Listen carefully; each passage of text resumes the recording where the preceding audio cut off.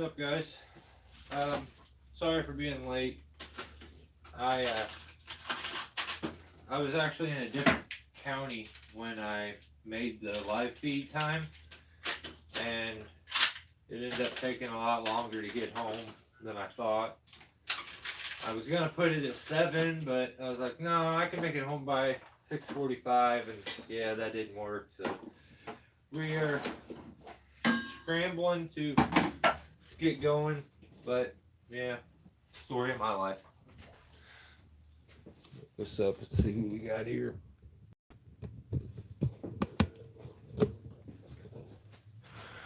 What's up, Billy? How we doing? Oh, so we're gonna talk rope walking. I've seen a lot of stuff. Dan K, what's going on? Oh, nothing. Just struggling to get going here. Um, I want to discuss rope walking, and I'll get into why here in just a little bit.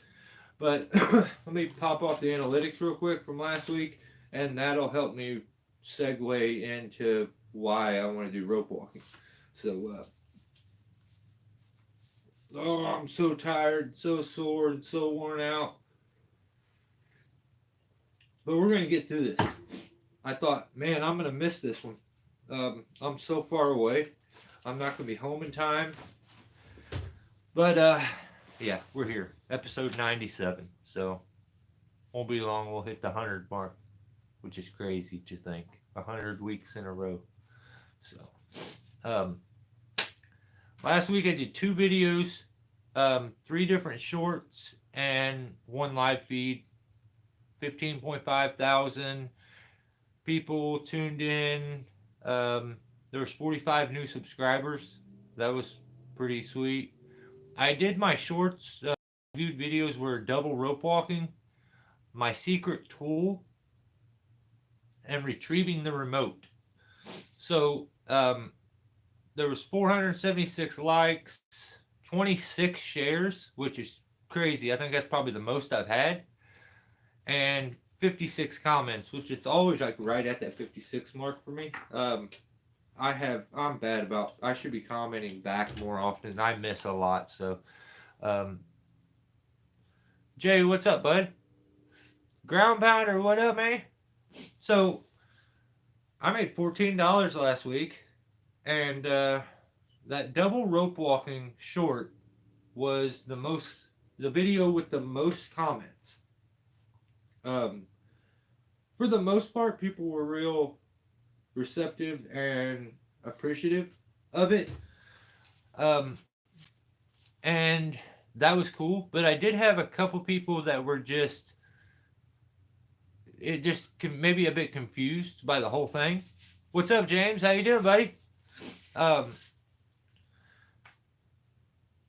They were questioning why I would need a neck tether for rope walking. So, the issue with rope walking, especially when you're dealing with the internet, is there is 50 different ways to do it, and everyone seems to call it rope walking. And that's not necessarily the case. They're not all the same. There's rope walking, there's rope half walking, there's caterpillar climbing, there's hip thrusting, there's set stand. Like, there's so many different options. And I think some people think half rope walking is rope walking. Okay, when you say walking, that would mean you get you progress with every step you take. There's progression, ascent with every step. So I'm gonna get my saddle and all my stuff, and I'm gonna explain all this as much as I possibly can. I don't want to miss anybody's comments. We had somebody new I just seen. Oh, Practical Climber, what's up, buddy?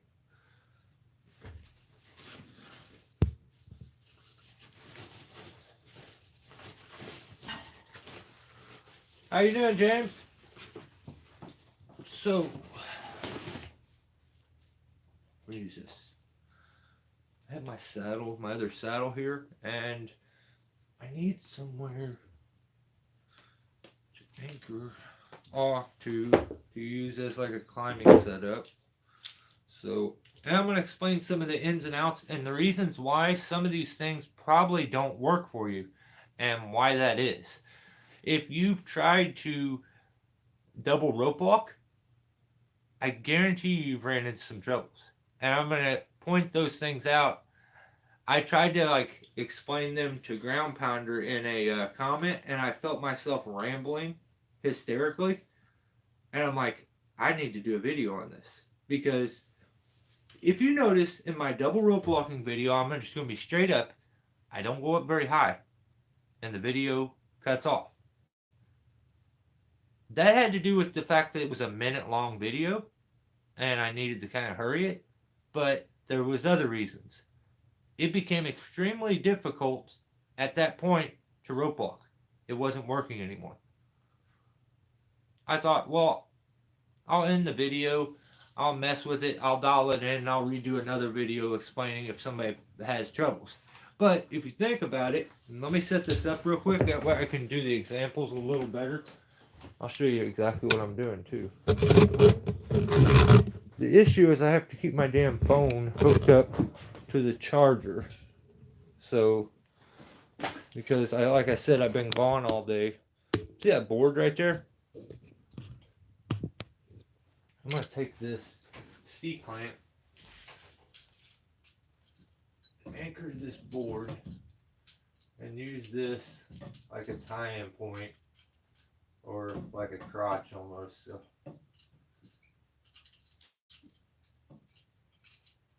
I'll put it out this way, that way I can keep the rope out here.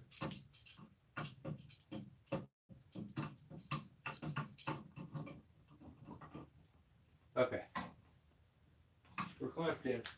Now, oh! Damn, getting old is not fun.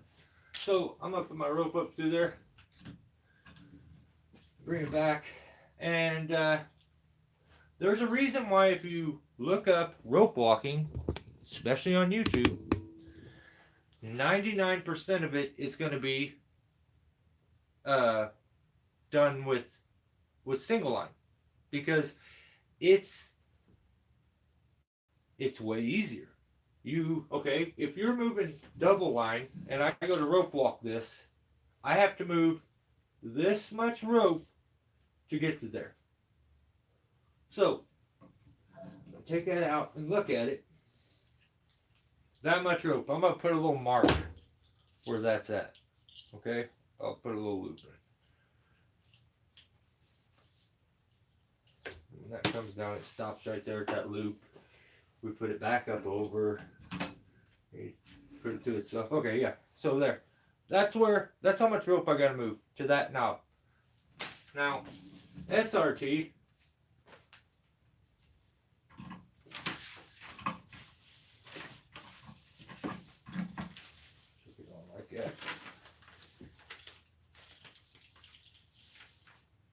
I only got to move half of that. Here's where the other marker's at. So that's a big advantage right there. I'm moving half the rope. So I guess somewhere I missed why he dropped Steelborn. Okay, I can tell you. I had a lot of people that pressed me and tried to say it was something disgusting and I was morbid for that kind of a name.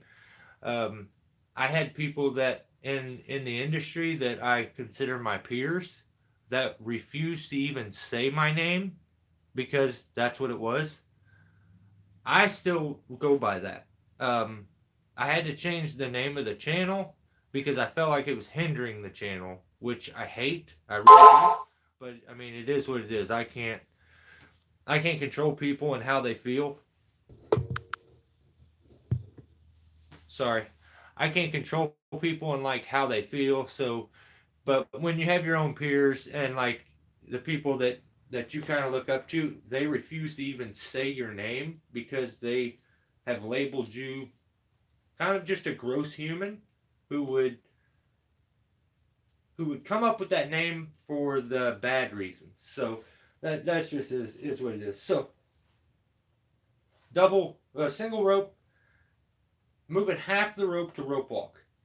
That's the big advantage. I don't gotta. You gotta move twice as much rope to rope walk double. I get to take half.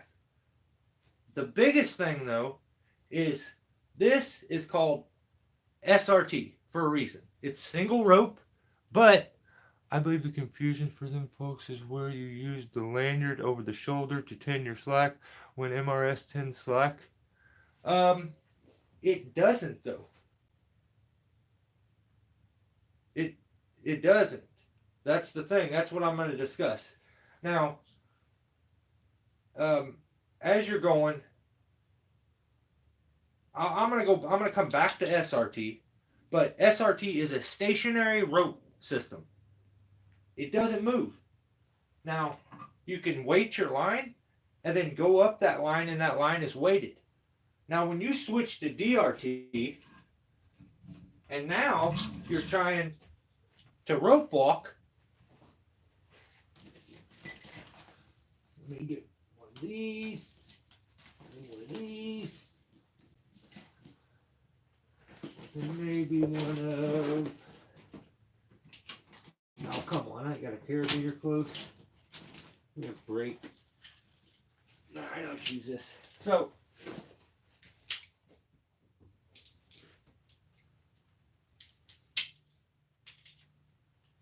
you go to weight the line, moving rope system, so that your knee ascender and foot ascender is going to move up it. Okay? Here's another thing. Ignore this. If you're using a moving rope system, you have a sewn eye, you can use the hitch climber pulley and clip into the middle. Now, if you're using one that's got a knot on the end, what happens is the knot starts to fight your knot here, your prusik. And it gets in the way and gets all bunched up, things get pinched, and they fight. So if you're using a rope that's got a tie-in on it,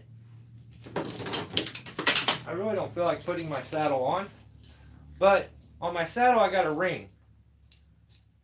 Why do I have a ring? Well, if you look at this, let me just put it on, damn it. Sorry, I'll catch up on comments as I'm doing this. Let me try to see if I can get in this. So what's up, Dan? No, I'm not Billy. Hope she's doing better. What I missed? What's up, Peter? We are talking rope walking. I'm going to discuss the double rope walking because there was some confusion with some people on it, like why certain things are being used, and then I'm going to show you different systems of rope walking, and they're not all created equally. I see videos by guys that are really good, and there are techniques that work, but they're calling them a rope walking system when in all actuality it's a half rope walking system. So the knee ascender and a foot ascender is essential to rope walk because you will get progression on each. If you lose the knee ascender, you no longer are rope walking. Let's see. Cheryl Tree has 25% off today. I think I'm going to order a Petzl Rescuer and an Omni Block Ultra Sling combo.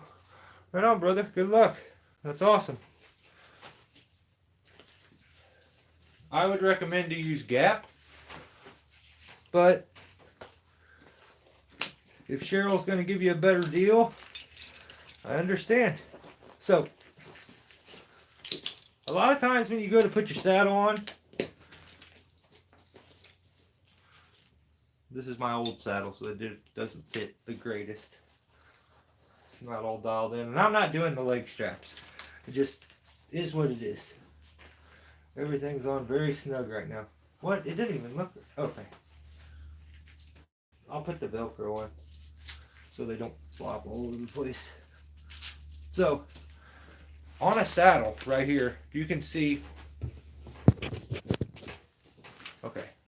go and just hook into my bridge, let's pretend like it's just the, you know, you got a rope bridge, whatever. If I was going to clip in, it's not going to set very good. First of all, this isn't about rope walking. This is just about setting your system up correctly and comfortably so that you're not having issues with it. So, if I was to set this system up, I wish I would have put that through the other way. So, I got this up here. I'm going to hook into my hitch climber. Then I'm DRT now. Now when I go to clip into my saddle, if you look, everything is sideways. Like it's like this. It should be like this. So that your that's back there. And if you look what it's doing, it's twisting my harness to get it correct. So that's why some guys will have like a connection point, like a D-ring. That's why this one's on here. Because it takes devices that orientate like this, that you don't like and it doesn't work right, and it corrects them. So, I clip into there. Now, we were talking about if we had an end that we had to tie, and this had a knot here, I wouldn't clip in here, because then things are fighting. I would just clip back into my ring. Like that. What happens is it puts a gap between the two, and keeps them from fighting so much, and it brings that knot down here and not so much up here in the face where the prussik's at. So think about that on your systems that you're using. If you're using a knot, I would go into like a ring setup here. If not, and you're using one with a sewn eye, you can get away with doing it the other way, which is like clipping in to there. So, why didn't the rope walking work right for me? Why did it allow me to go up a few feet and then it stopped working? Because the line is no longer weighted. Why is the line no longer weighted? Because it's a moving rope system. So, the trouble that you're going to run into every single time you try to rope walk like this, let's put our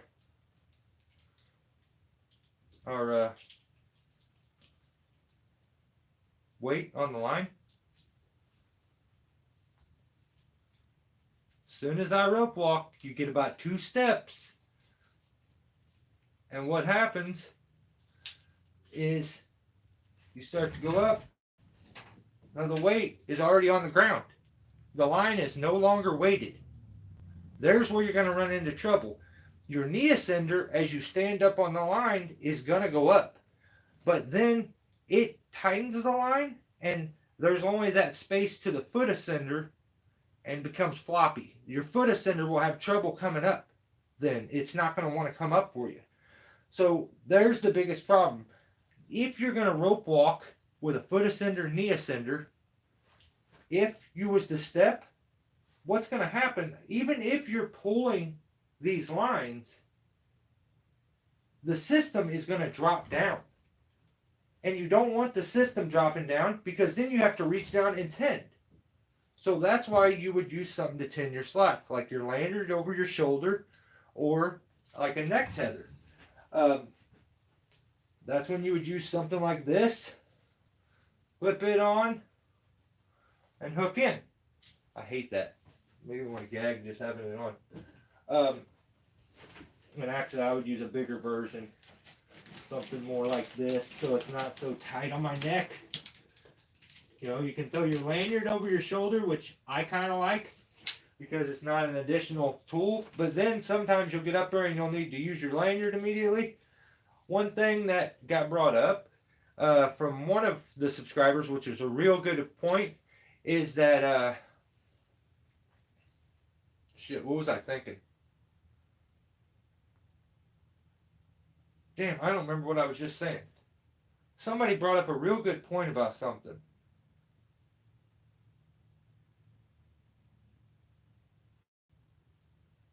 I can't remember. It'll come to me. So I would clip in more like maybe there. with my tether. And what happens is this keeps me straight with the rope, body close, and it pulls the system up as I'm stepping. There's no droop in the system. If you step and the rope goes tight here, this rope goes tight, this one goes up, it technically should move perfect, but it just doesn't work that perfect always. So if it works for you and you're able to rope walk DRT with, oh man, that damn thing keeps popping up. Sorry. So this will work if you're able to work rope walking with a moving rope system and you don't need a neck tether. Good for you. That is awesome. I personally prefer it. It keeps me more aligned. It keeps my climbing system from dropping below the chest point that I wanted at, and it just keeps everything in a moving system. So the way you could rope walk for sure is to have a guy on the ground that's keeping the line tight, a ground guy. Then you could rope walk the whole way. I imagine after you get enough height when rope walking, the rope will have enough weight to hold itself straight, and then you don't need somebody holding the rope.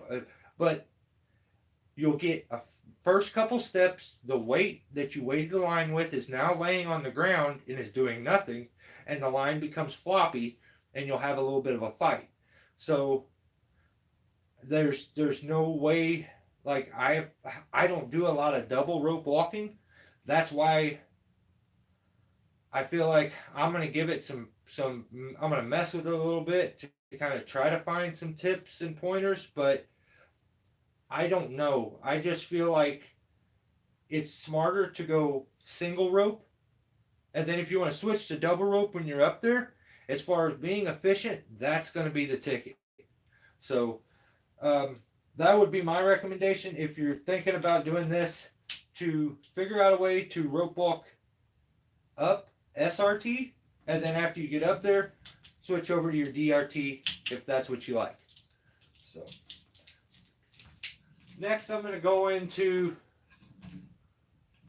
the 50 different ways that you can rope walk with SRT. So, oh man, I'm so far behind on comments. I'm so sorry, guys. God dang it. See, I come down because I got to see what you guys say, and then it doesn't catch back up.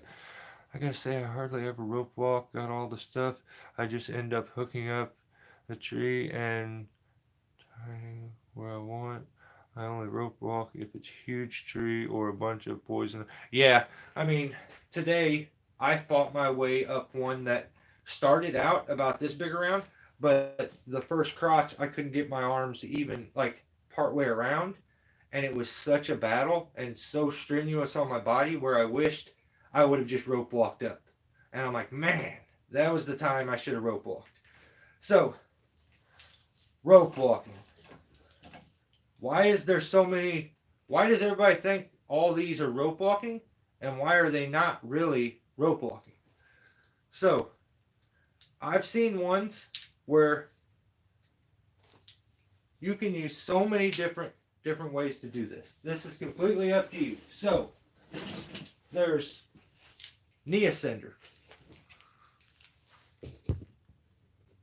I'm gonna look in the gap though. I'm gonna try to catch up on some comments real quick. Sorry. Exactly, Kevin. Gravity doesn't ever want to be our friend.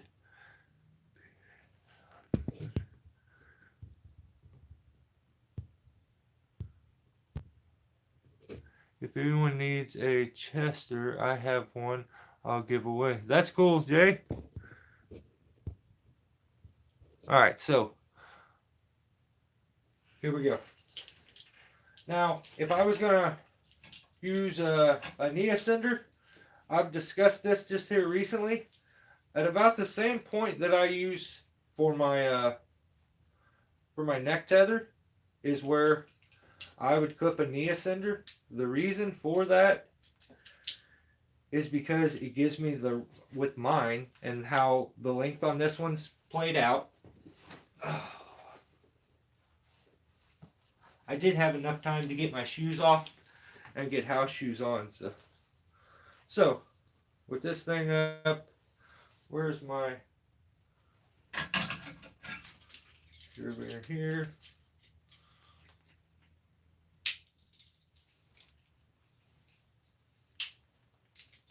All right, so with this, I would just kind of clip into it somewhere.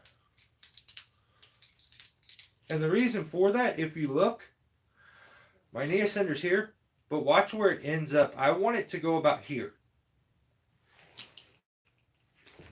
So it'll shoot up the line to about right there. I would almost maybe even want a little more. But what happens is it depends on where you set your climbing device, where you have it at. So if you're going to have your climbing device down low, you're not going to want that big of a step. But if you look at mine, mine jumps up right to underneath my climbing device. That's what you want, that play. So you can also take this and run it up under your bridge into this. The reason you would do that is because it keeps your system out here, and it keeps this from fighting this line, so you can actually hook up this and begin to rope walk with a foot ascender. You would clip the foot ascender in below it, and what happens is as you go up and you have some tending slack, as you go up, boom, boom, boom, it steps, everything stays tight. This isn't a moving rope, so the line stays weighted the whole time, and it's perfect. This is rope walking. The reason it's rope walking and other things aren't is because this, you gain progression. When you stand, each time, no matter what step, this tends. That's all that's doing. Now, this, when I lift my leg, progression. Foot ascender, when I lift, progression. Step, step, step. Every step, progression. That's rope walking. Now, I see people saying and putting videos out that say you can rope walk, you don't need a knee ascender. Now, is that true? Kinda. Here's why. So, I'm going to show you. I'm going to set up a system here. Let's see what I got. I got a foot loop here somewhere. And here's what people end up doing is they use the foot loop. I have a 4SRT chest harness too. And I can't wear it anymore because when I had my accident, I have 2 ribs at where my sternum connects right here, and they're poking out still like crazy, and that's right where this thing goes, and it hurts so bad. So I had to stop using it. And the older I get, it seems like the more that thing hurts. But damn, I'm gonna have a mess out here. I'm gonna have to clean up so I can leave in the morning. All right, there it is. All right. So, you don't have to buy a knee ascender. You can make one. I have videos on this. That is a Panton foot ascender that I took the straps off of, connected the bungee, and put a foot loop. This foot loop is what people think they can attach. So they got a foot ascender. They take this, and all they got is a foot loop. Now you could technically, with a hand ascender here, set this up.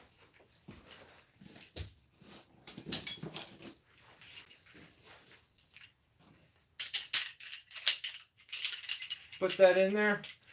And you could progress up this rope with just this. You put that at the height you want it. How big a step do you want to take? And say you got a neck tether.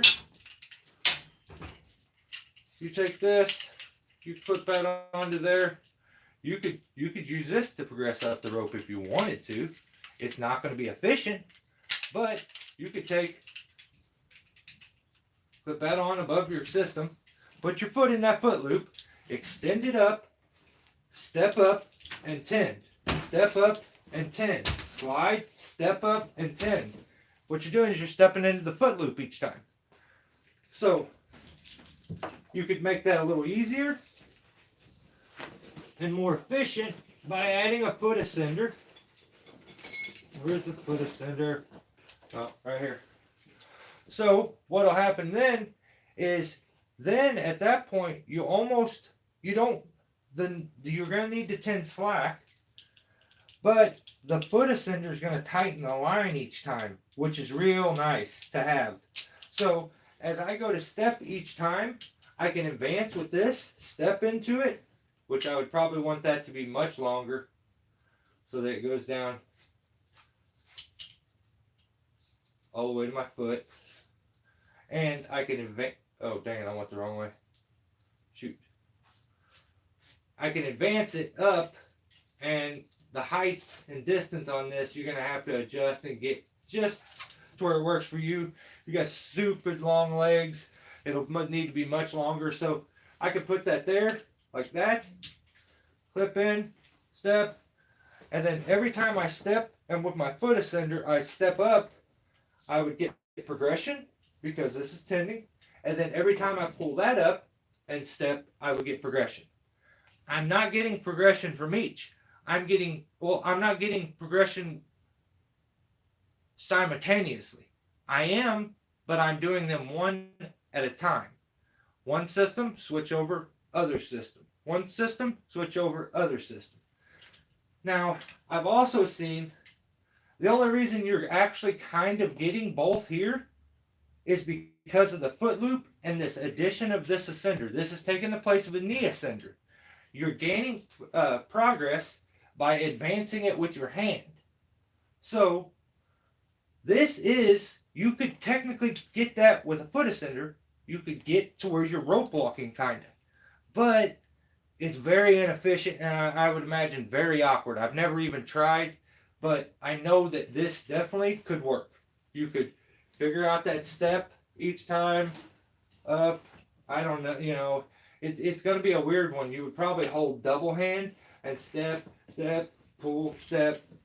It would have to be a step, slide, step, slide, step, slide.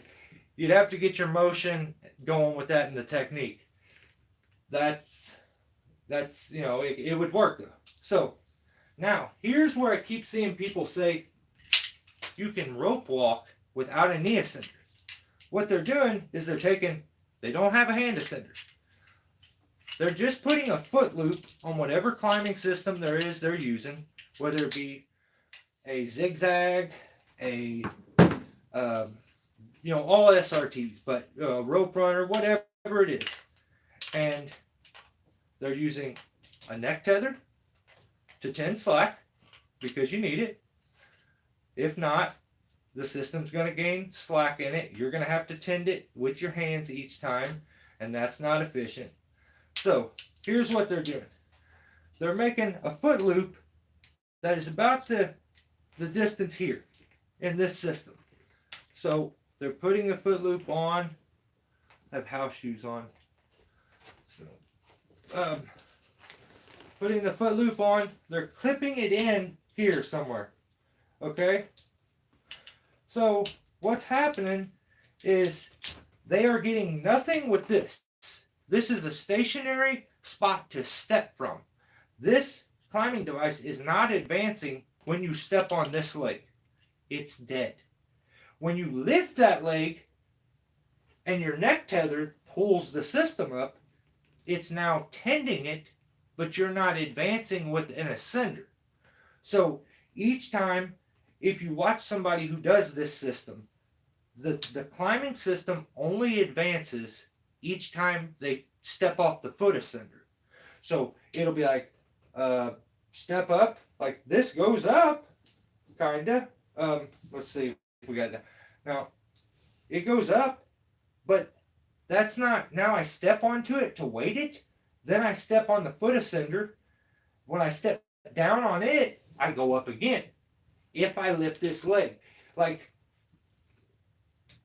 if you get efficient with that, it almost will trick you into kind of looking like it's rope walking. But it's not. It's half rope walking. And is a bit inefficient because the device is not advancing every time that you take a step. It's advancing one of the two times where you're taking a step. The neck tether is still doing its work, but it's not taking the place of a knee ascender. This is not taking the place of a knee ascender. There is nothing progressing. It's your neck tether pulling it up. That neck tether is going to pull that up whether you got a spot to step or not. So this will work if you don't have a knee ascender. So if you don't have a knee ascender and you have, say, one, like your right leg's real good, you have no trouble, use it. Or it's your left leg, you can use any of these. Any of these methods work. You don't have to have all these tools. You don't have to have a knee ascender. You don't have to have a foot ascender. You don't have to have all of it. You could take this, not have anything else, not even this, set just a foot loop and this, and pull and step each time, and pull up.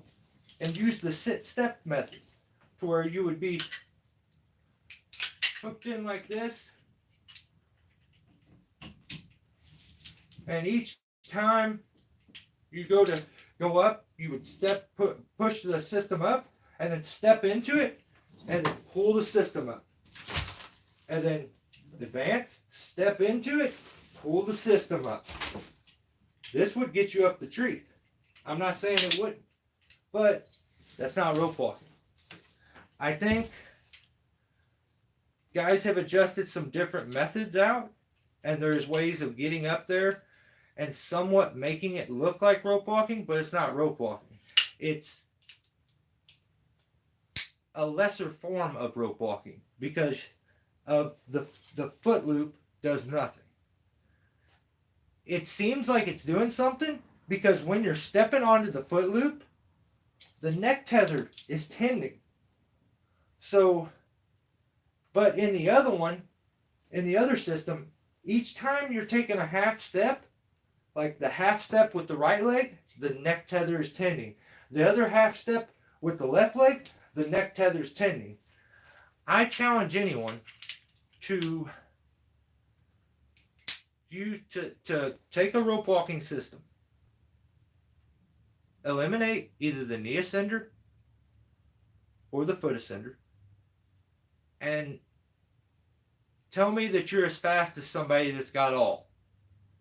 There's a reason that every system that they talk about when it comes to rope walking involves a foot ascender, a knee ascender, a climbing system, and a slack tender.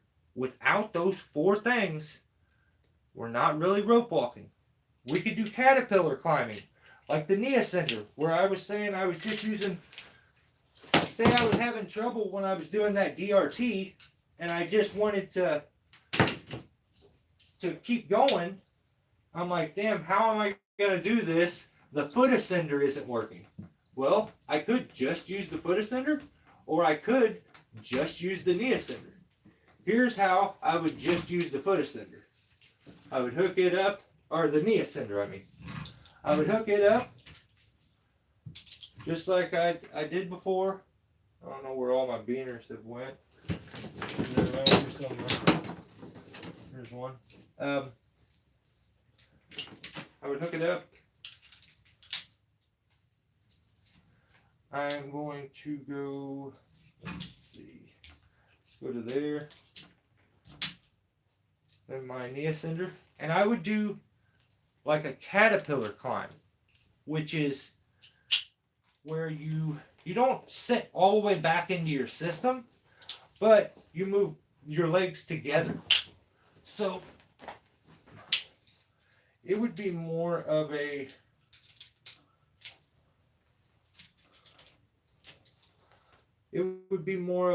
both legs at once system, kind of. Oh, I didn't even hook it up, that's why. I'm like, why didn't the rope just stay tight? So you would use both legs at once and step them up, and they advance, okay? And then step both legs up, advance, step both legs up, advance. But no matter what, I'm half efficient. Now if I just took this neck tether off and I just tried to rope walk without a slack tender, oh, don't rip that off the wall. Okay. And I tried to send this without slack tender. My experience is that there becomes slack into the system.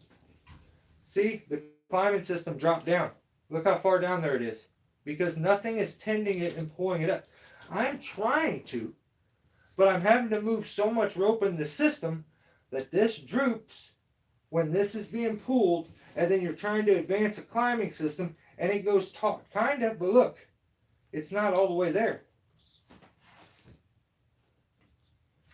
I don't, because of this play here. So you have where the system's going to droop and it's not going to tend correctly.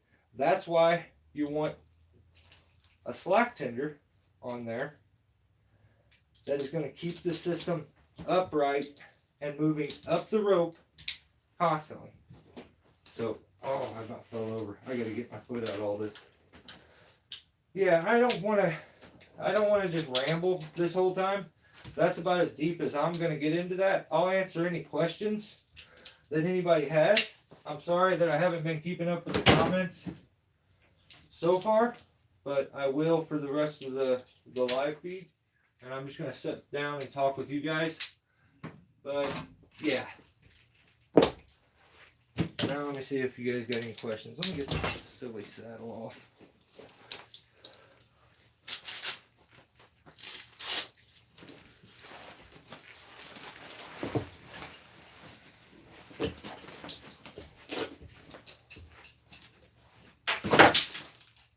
Neck tethered death trap. Okay. Alright, let me move you guys over here now. I can maybe answer some comments and stuff.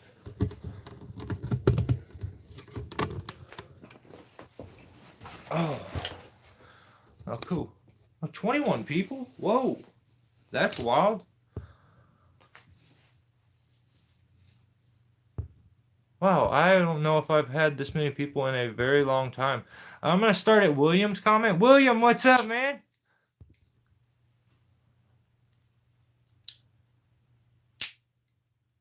I started climbing, William, when I was probably, I had climbed before, but like actually went and was the climber. I started when I was about 15. My dad did trees for my whole life, and so I'd say that was the first time like I had climbed around in trees and stuff and done it before, but actually climbing trees I was like 15. So I've been doing it for 25 years. So, and just using chainsaws since I was way younger, and cutting trees. Yeah. I was gonna make a short video today, William.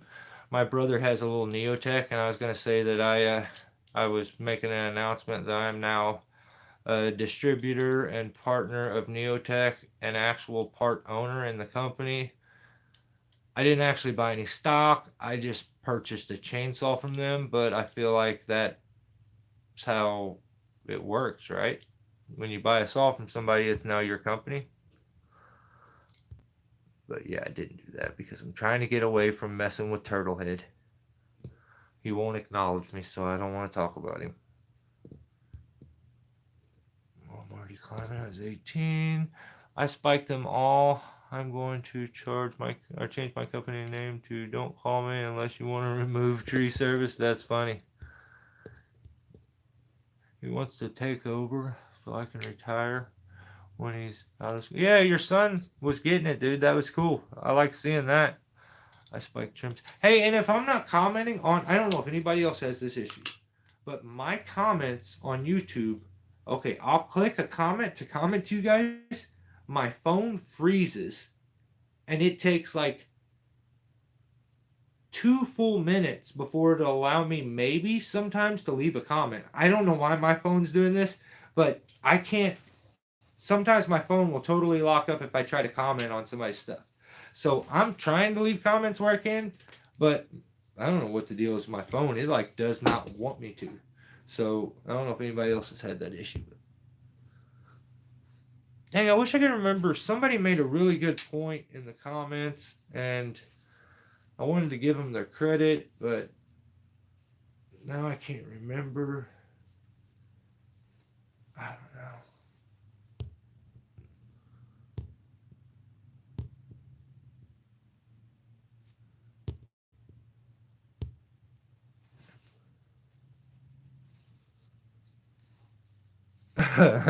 Peter, did you get belittled? People are mean, especially on the internet, because they don't have to like actually back up their words. So they just say what they want. Mike is freaking on. You know what? You're lucky I can't pin a comment in the live feed because I feel like that was the best comment I've seen. I am pretty freaking awesome. That's right. No, that's ridiculous. I feel gross saying that, even joking. Friction is your friend and your enemy. 100%, Peter. It's the worst case scenario or the worst case thing, and the best case. It just depends on what application or what situation you're in.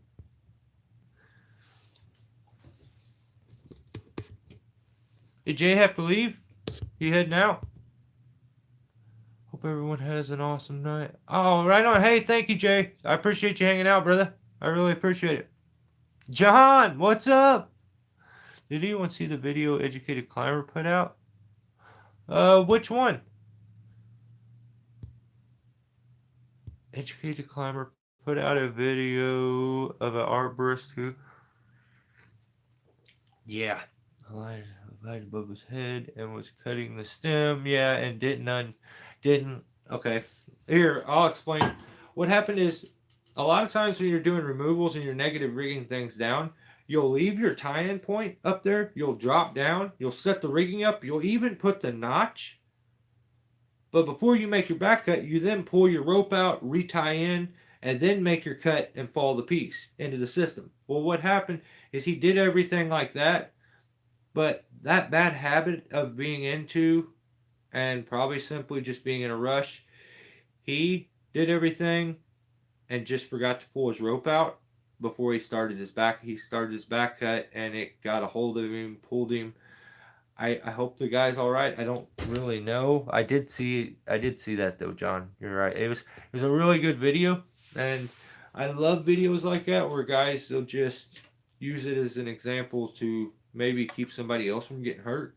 So I don't have a whole lot of purpose on YouTube. I'm definitely not going to get rich. My channel's not going to be huge. It just I may be the guy that helps somebody one day. It maybe keeps them alive or makes their day easier or helps them with a problem that they run into. And that's what that's like, if there's any pride that I can take in my YouTube channel is that. And then I feel like we got quite the crew of people. So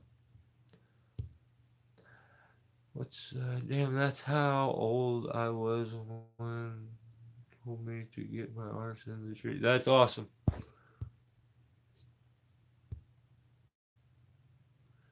Yep, I saw it. Every climber's worst nightmare. The funny thing, steel cutting, that's every climber's worst nightmare, but there's a lot of that happening where that's happened a lot before. I've caught myself where I almost did it.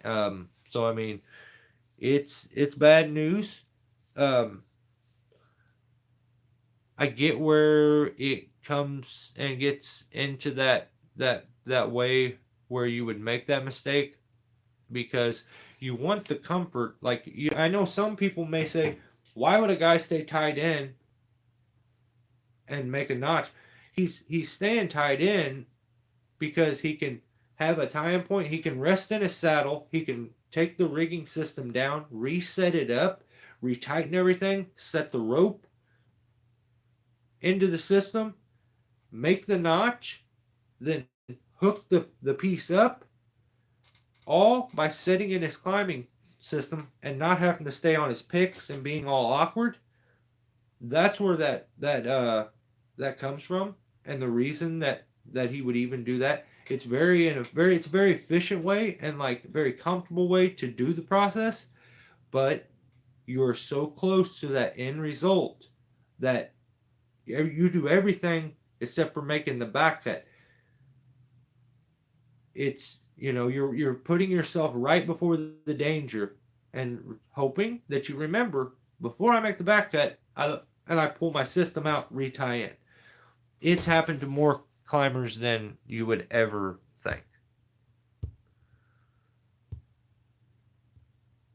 You were talking about the tether around the neck. Yeah, I'm not a fan about the old tether around the neck. Jason Sayer. How you guys like the Petzl Sequoia harness? I ordered the notch and it crushes my junk. Oh, I may get something else or try a smaller size. Want the monkey beaver, but try. Okay, here. If the saddle is adjustable, bud. What is your name? I'm sorry. I'll call you Bud. Jason. So you're gonna have to adjust the saddle out, and what's happening is you see these back straps here. Let me kind of move this back out. This is kind of an important thing. So, um, for comfort on a saddle, let me get the suspenders up out of the way. Here is the distance where things are gonna set onto your leg. Some guys, if they're just now starting to use these kind of saddles and they've moved from a butt seat saddle, instinct to them tells them that they want them straps up high up on their butt cheek, like right under the butt cheek. Then they get and crush your junk if they're up that high. I adjust mine down. They sit halfway, like on the like right after you get like halfway into my thigh. They sit about right here, and that gives me crotch room, and it will still give you all that comfort that you were having. And this elastic band, which most of them have, will press against the back here, and where you would think that's going to be uncomfortable, that's going to be comfortable because it's going to put pressure down your leg from your back down to your thigh, and then around here. Everything else will be held here. You'll feel it in the hips. It'll keep these pads down low onto your leg. The higher up you adjust them, the more they're going to crush your junk. So, just FYI to any guys out there, the adjustment of the leg straps is going to make a big deal when it comes to the old family jewels getting crushed. So, I hope that made sense. Sometimes I just ramble to ramble.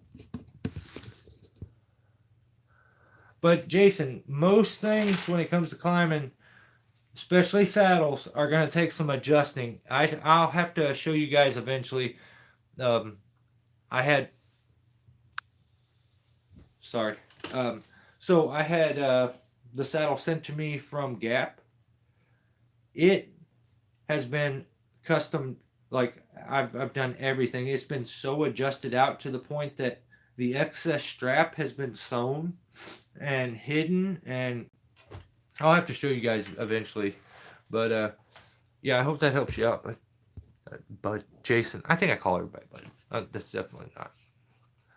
Okay, I'm sorry. It might have been climbing arborist. Yeah, I think it was, John. I think it was climbing arborist. But anyway, he cut the stem off and the main line. Yep. If you're not crushing your junk, you're not doing it right. No, thank you, sir. No, thank you. It's the worst, especially when you get them in a bind and you just feel that like crunch sickness happening, where your stomach is like you start, and yeah, that's the worst. Extend them leg pads down some to the point that it's still comfortable, but it gets them away from your stuff. It will be more comfortable. I know instinct tells most guys when they're switching to these saddles from the old butt saddles that they want the leg straps up high, but you don't. You really don't. Try that out, Jason, and tell me how it works, though. Kevin L. GP, the elastic on the Monkey Beaver leg straps prevent most of the problem for me. That's cool. That's cool. And the design of the pad probably helps for the Monkey Beaver too. The pyramids, like, so when it goes up under the leg, it's like the strap part's down. Those are a bit different.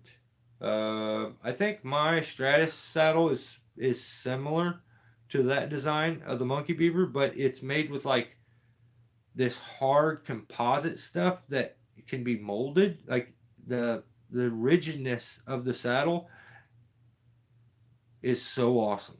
Like it's got some stiffness to the outer part of it. The cushion is crazy too. So I would recommend anybody who's looking for a saddle, don't give the Weaver Stratus a look. It is amazing. I love it. And maybe I love it because I got it sent to me for free. So I don't know. I don't think so. I feel like I'm a pretty honest guy. If it wasn't what I thought, it would be, I would just tell you guys. But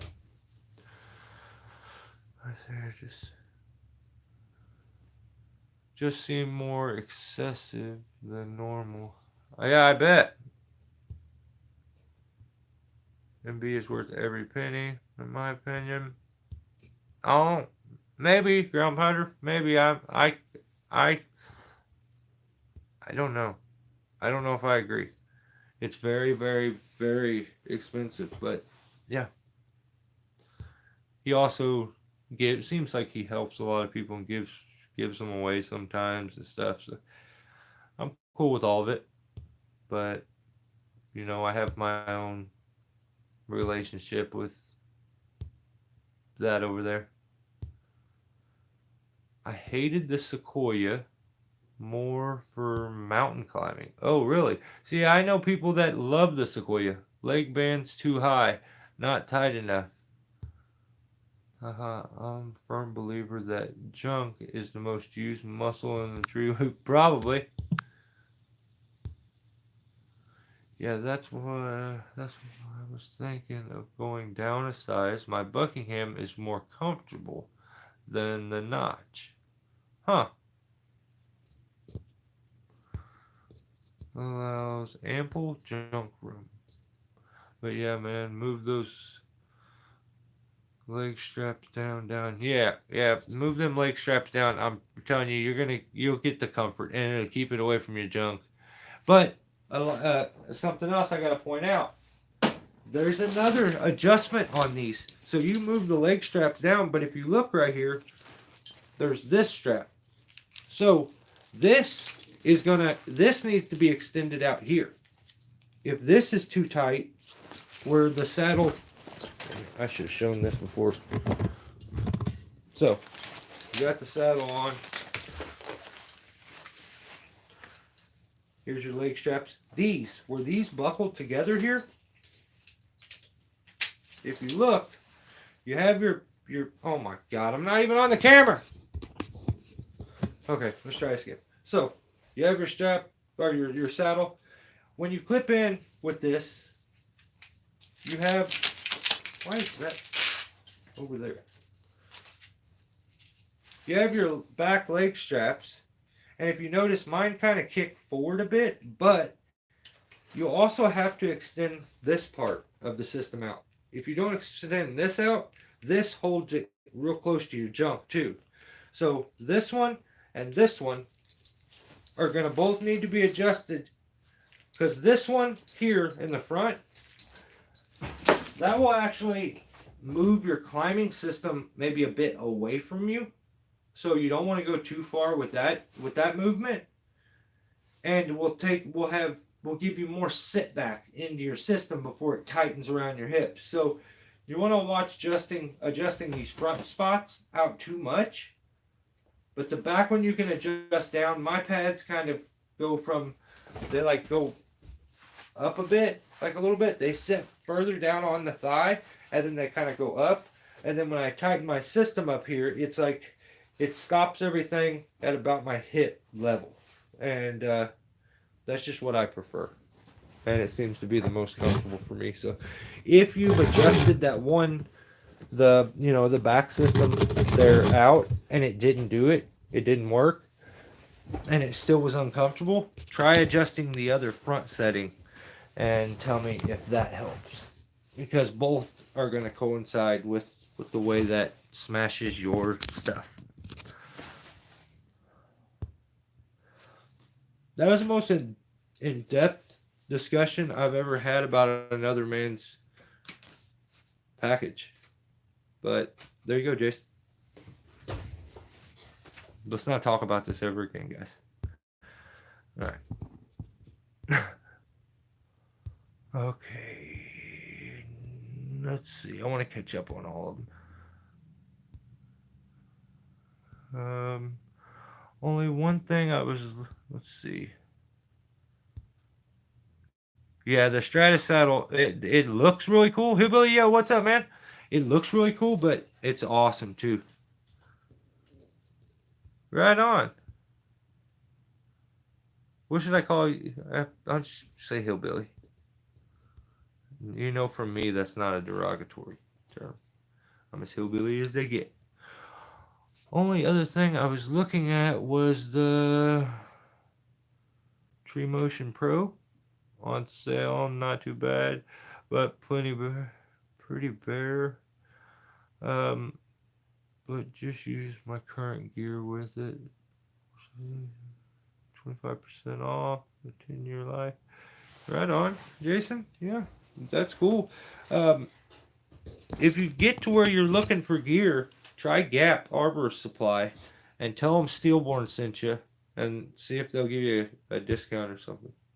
We did a deal at the beginning of the year where if you signed up, you got 20% off for a year or something. But they already did that. It was like a flash thing. So. Okay. At first, the Notch Centennial was a game changer, but after a year, it was cutting off circulation and crushing my junk. The adjustment points start to seize up as well.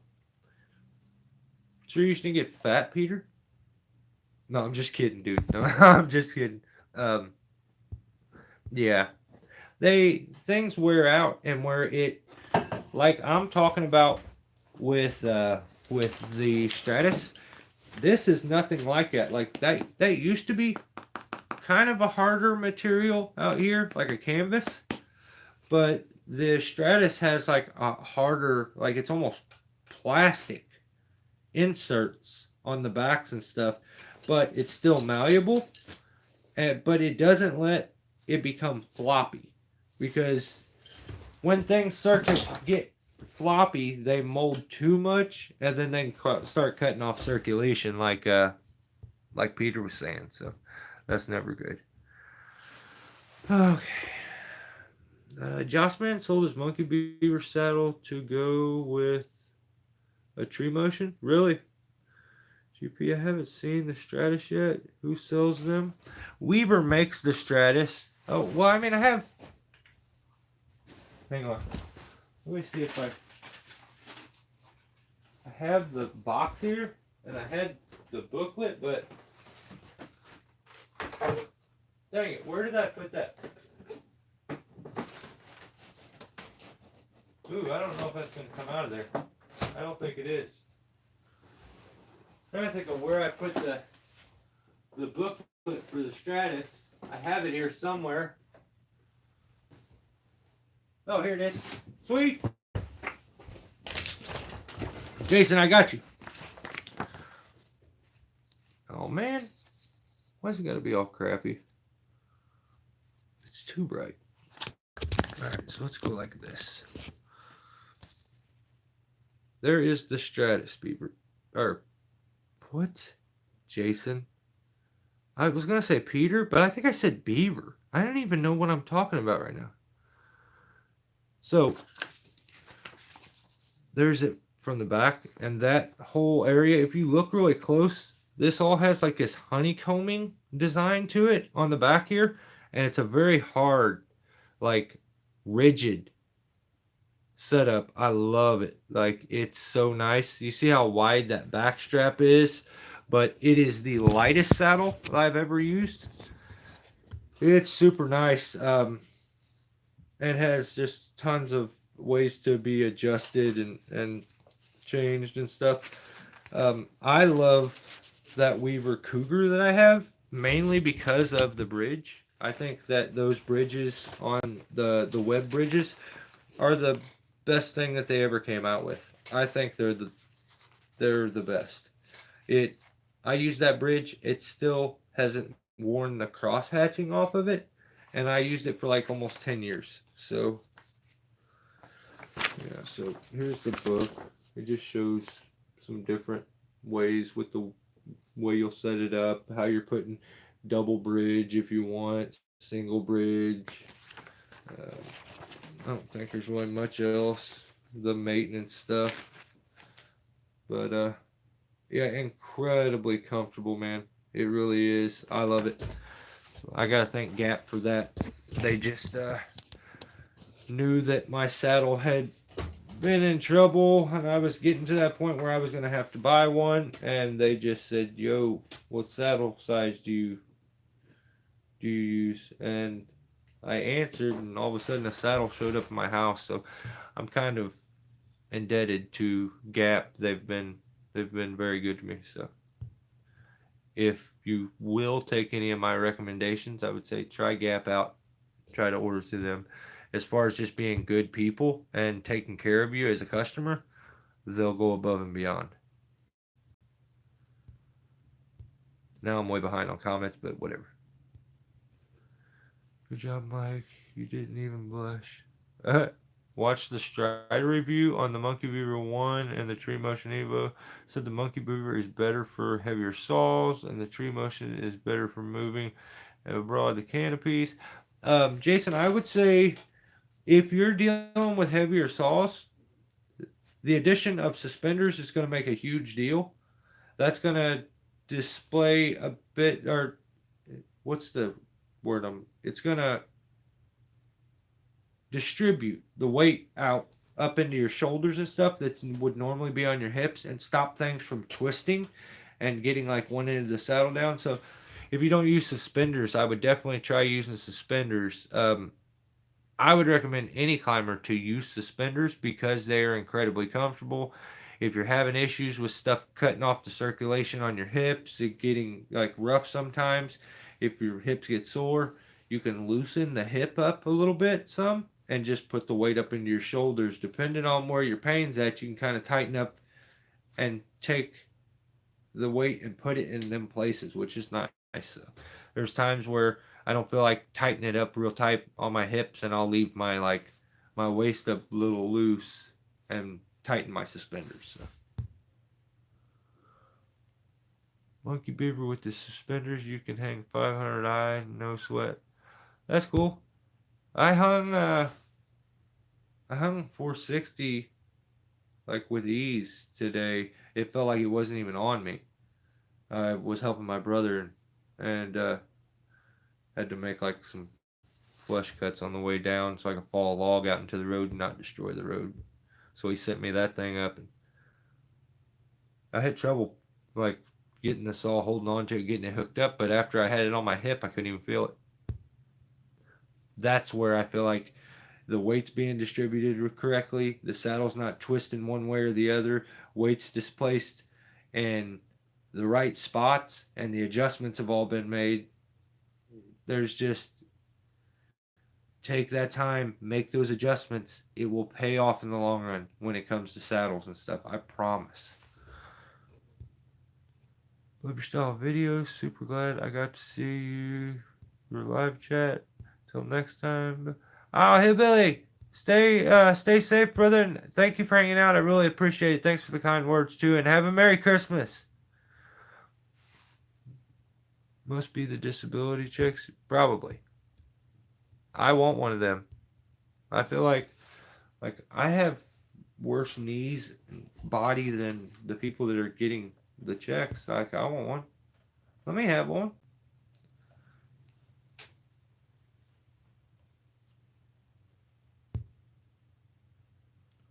Who the hell is Beaver? I don't.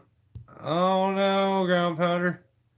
You said beater, but maybe I said beater. Maybe I did. Because when I said beaver back, I'm like, that didn't sound right. I don't know if I actually said. Maybe I don't know. GP and Peter, thanks for the input. Appreciate it, yeah, buddy. Anytime. Check. Yeah, about man. Yeah, definitely.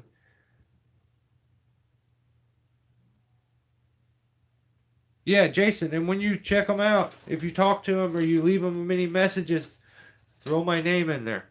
They're good guys, and like they'll definitely they will take care of you. I promise. And their shipping is usually like just the way they run business is top notch. I've ordered from Tree Stuff, Cheryl, um, Wesper, um, I think there's Bartlett. I've ordered from all of them, and I have been pissed off with the service from every one of them at some point. Every single one of them gave me crap customer service at some point. Whether it was they would send me stuff and not include stuff and leave no info saying that, oh, this is out of stock, you have to wait, and then never receive the products, like have to chase them down to get them, um, send me the wrong stuff, like, and it just, no matter what, it always took forever. So I'm telling you, Gap's the way to go. If you talk to Ray, he's cooler on the other side of the pillow. Ray is my guy. So yeah, Jason, if you go there, tell them I sent you. Maybe they'll help you out with a little something.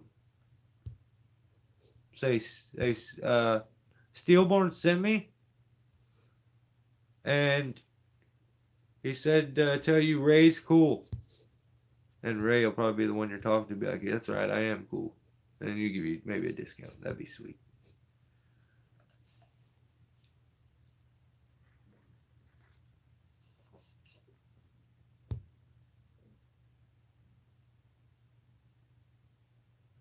I bought my 500i with my fat check.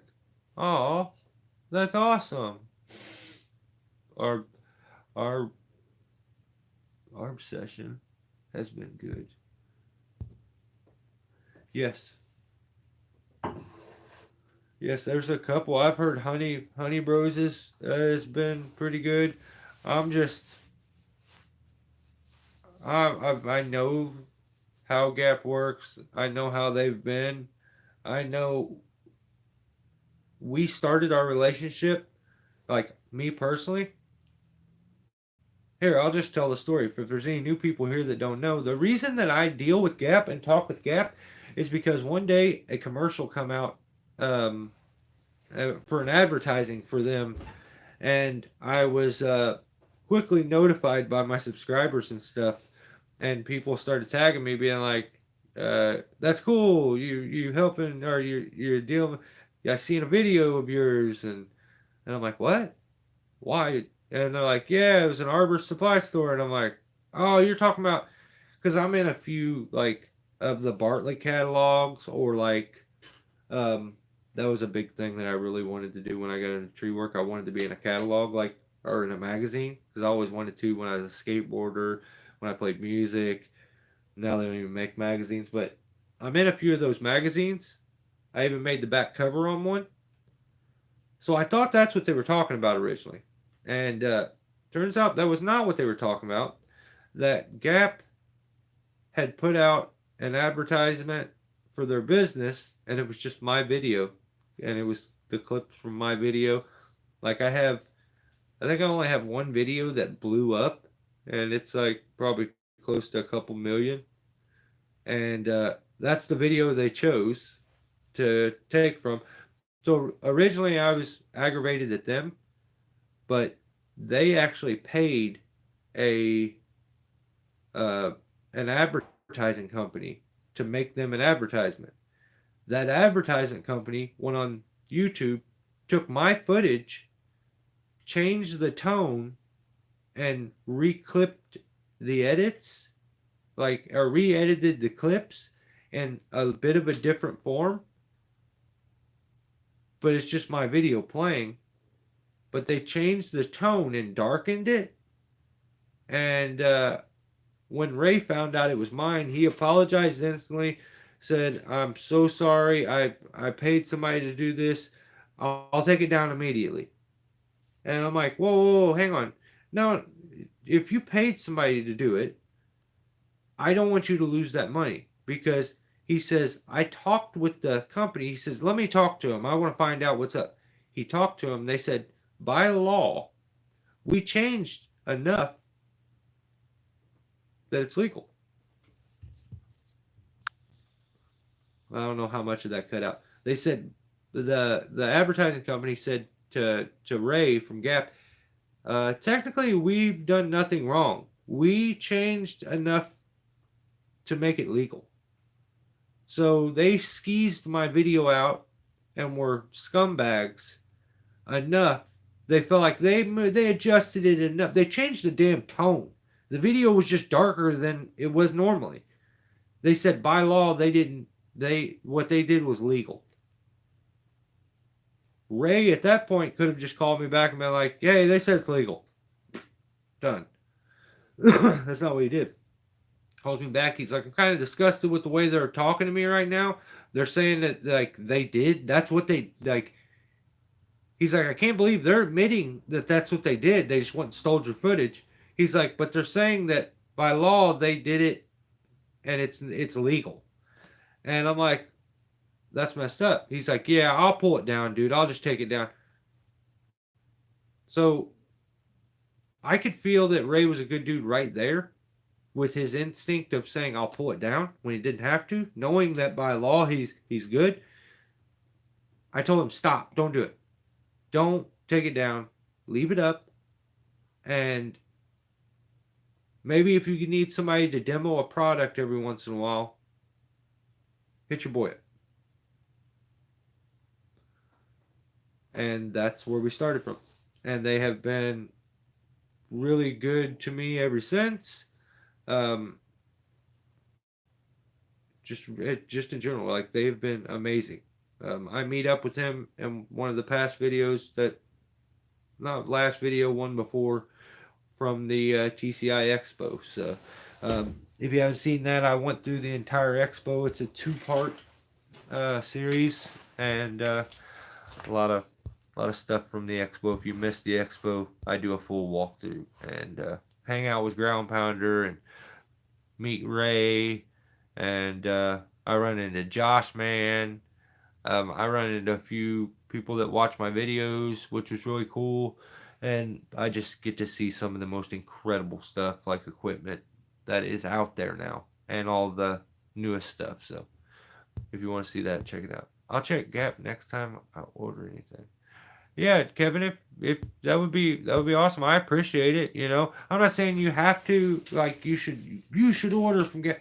I think if you're ever looking for an option, they're my top. So I would give them maybe a look, and if they give you the right vibe and you're feeling what they're doing, definitely try them out. And I I have yet to hear anybody have an issue. So I can only go off my experiences. They've been really good to me, and I appreciate them. So, guys, we've went for an hour and 20 minutes here. I can't believe it's been that long already. I'm glad because I'm starting to run out of things to talk about. But Practical Climber, peace out, everyone. Catch you next time. Thank you, brother. Have a Merry Christmas. Actually, I'll see you guys before Christmas still.